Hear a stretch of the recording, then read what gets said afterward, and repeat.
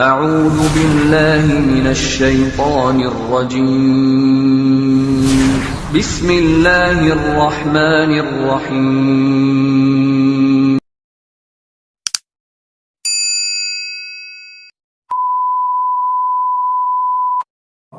Bismillahirrahmanirrahim. Alhamdulillah wassalatu wassalamu ala Rasulillah Sayyidina Muhammadin wa ala alihi wa sahbihi wa mawala. Ada orang-orang yang sering berkeluh kesah kepada kita. Mereka galau, pusing, hatinya nggak tenang, selalu dihampiri rasa kurang, pengen ini, selalu merasa nggak cukup. Menurut saya di antara kunci ketenangan batin hati kita adalah bersyukur. Kalau kita bersyukur, betapa bahagia hidup, betapa tenang hati kita. Hilanglah sesuatu yang menghinggapi, sesuatu yang membuat kita galau. Insya Allah akan bersyukur. Apa yang harus kita syukuri? Kita pengen misalnya punya mobil, tiba-tiba belum tercapai juga. Apa yang harus kita syukuri? Apakah mobil? Kenyataannya kan belum ada. Konsep kita berkehidupan bukan selalu fokus, atau bukan hanya fokus pada yang kita minta. Kita kalau rajin bersyukur, fokus pada setiap nikmat yang diberikan Allah. Kita bisa bicara, kita bisa melihat dengan normal, jari-jari kita bisa bergerak normal. Satu ketika saya mengurus orang yang oleh Allah diuji dengan stroke, saya langsung bersyukur luar biasa. Kenapa? Karena dia dilatih dengan memegang sendok, memegang murid. Itu sulit digerak. Ini saja kalau kita mau syukur, wah luar biasa. Kita bersuara, bisa mengumpulkan suara, bisa bernafas, ya Allah. Ini betapa nikmat Allah, sungguh luar biasa. Tapi ini kan sering kita lupa karena kita fokus pada yang kita punya, sehingga hati kita harus. Makna tersirat dari syukur itu adalah kesiapan kita menerima segala apapun yang diberikan Allah. Kalau yang kita minta 1 M ternyata yang ada 1 juta, itulah yang harus kita syukuri. Jangan fokus yang 1 M, 1 M. Ada yang bisa kita nikmati di depan kita, itulah harus kita syukuri. Ada kesiapan hati kita, ada kelapangan hati kita untuk menerima. Hati kita siap menerima apapun.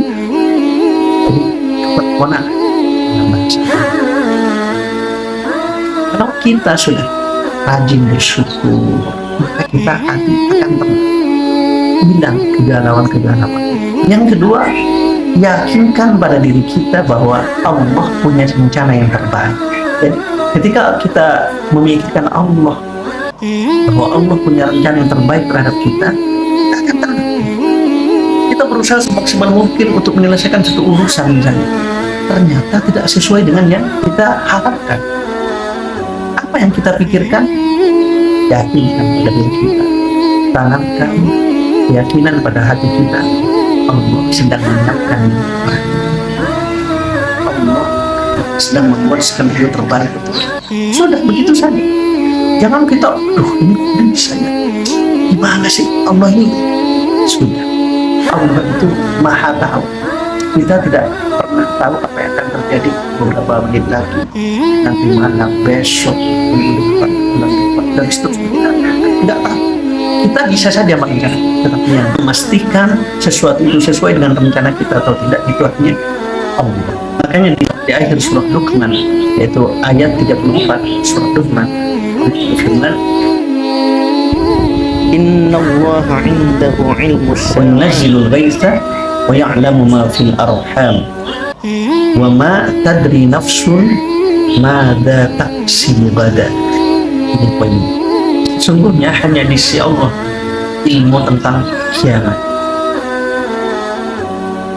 Innallaha 'indahu 'ilmus sa'ah wa yunazzilul ghaitha. Dialah Allah yang menurunkan hujan. Wa ya'lamu ma fil arham, dan dialah Allah yang mengetahui apa yang ada dalam rahim. Wa ma tadri nafsun madza taksibu ghadan. Dan tiada seorang pun yang dapat mengetahui dengan pasti apa yang akan dikerjakannya besok. Nah, ini menunjukkan bahwa kita itu lemah, sedangkan Allah Maha Tahu. Jadi kalau ada ketidaksesuaian, kita sudah merencanakan A, ternyata yang terjadi B, maka yakin Allah sedang menyiapkan yang terbaik. Nah, dengan kunci dua tadi, pertama syukur, yang kedua menerima, meyakini bahwa Allah merencanakan yang terbaik, tenang. Apapun tenang, masalah apapun tenang. Karena setiap takdir Allah itu, kita harus tanamkan keyakinan setiap takdir Allah, pastilah Allah siapkan skenario. Dengan catatan kita bersabar. Dan kalau kita bersabar menghadapi itu, kita mampu mencari hikmah di situ, maka betapa banyak kebahagiaan, kebaikan-kebaikan Allah yang sebenarnya sedang disiapkan, sedang direncanakan untuk kita. Ya Yesus, udah tenang aja. Insya Allah kegalauan hati, kegundahan, syukuri. Dalam membangun, mewujudkan rasa syukur itu salah satunya adalah melihat yang lebih. Unduru ila man huwa asfala minkum. Lihatlah pada orang yang berada di bawah kita. Wala tanzuru ila man fawqakum. Jangan melihat yang di atas kita. Ini dalam aspek dunia ya, kehidupan, bukan dalam aspek ilmu. Kalau aspek ilmu harus dibalik, karena ilmu itu harus kita, ilmu iman harus kita tingkatkan. Jadi harus kita lihat yang lebih tinggi dari kita. Ya Allah, imannya para sahabat selevel itu kita harus mengejar. Ya Allah, ilmunya ulama-ulama salaf sudah saat itu ya, kita harus ngejar. Kalau ilmu, tapi kalau harta, kalau kehidupan dunia, kita lihat orang di bawah kita. Yang pakai mobil bersyukur, alhamdulillah ya Allah, saya pakai mobil meskipun punya masalah, dan masih bisa pakai mobil. Betapa banyak di sekitar saya, motor, hujan-hujan, sinar matahari. Yang pakai motor juga begitu bersyukur, alhamdulillah ya Allah, saya sudah punya motor, meskipun motornya masih butut misalnya. Ini tidak bersyukur. Lihat di sekitar kita, masih banyak orang di sekitar saya yang pakai sepeda, hanya jalan yang pakai sepeda ontel juga begitu. Alhamdulillah. Ada di sekitar saya, ada yang jalan kaki. Yang jalan kaki juga harus bersyukur. Ya Allah, alhamdulillah, saya masih bisa jalan kaki. Betapa banyak di sekitar saya nggak bisa jalan. Ada orang difonis sampai nggak bisa jalan.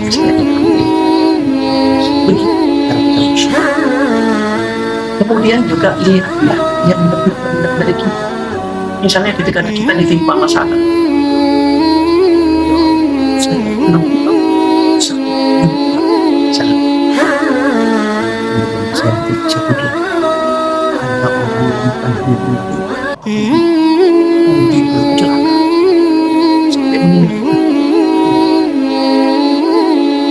yang diuji dengan perceraian misalnya, dan nggak pengen cerai tapi tetap cerai misalnya.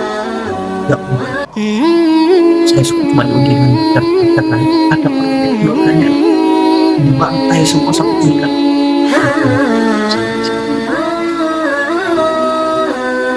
Jadi selalu kita bukan membandingkan, bukan berarti kita bahagia dengan musibah dalam rangka membangun kebahagiaan. Jadi kata Nabi, kalau ada orang yang merasa berat dengan ujian yang dihadapinya, ingat perjuangan para nabi. Mereka demi memperjuangkan Islam, ada yang sampai dibunuh, ada yang dipenggal kepalanya, ada yang digergaji. Orang cuma ada masalah sedikit, seakan-akan sudah nggak ada kebaikan Allah sama sekali. Ada banyak kebaikan Allah yang barangkali luput dari perhatian kita, luput dari pikiran kita. Harus fokus pada masalah. Ada banyak kebaikan Allah, ada banyak nikmat Allah. Syukuri. Barangkali nikmat itulah, barangkali dengan cara bersyukur itulah Allah akan menyelesaikan yang menjadi beban kita. Kalau kita dikatakan puas terhadap sesuatu, maka sifat manusia itu memang tidak pernah puas. Ada satu hadis bagaimana manusia akan selalu galau, akan selalu pengen lebih, tidak pernah puas. Karena itu sifat manusia.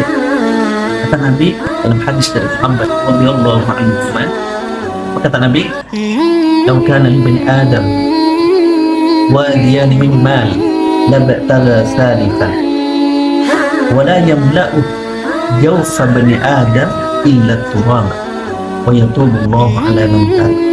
Lau kana li bani Adam wadiyan min mal, seandainya anak Adam, bani Adam atau manusia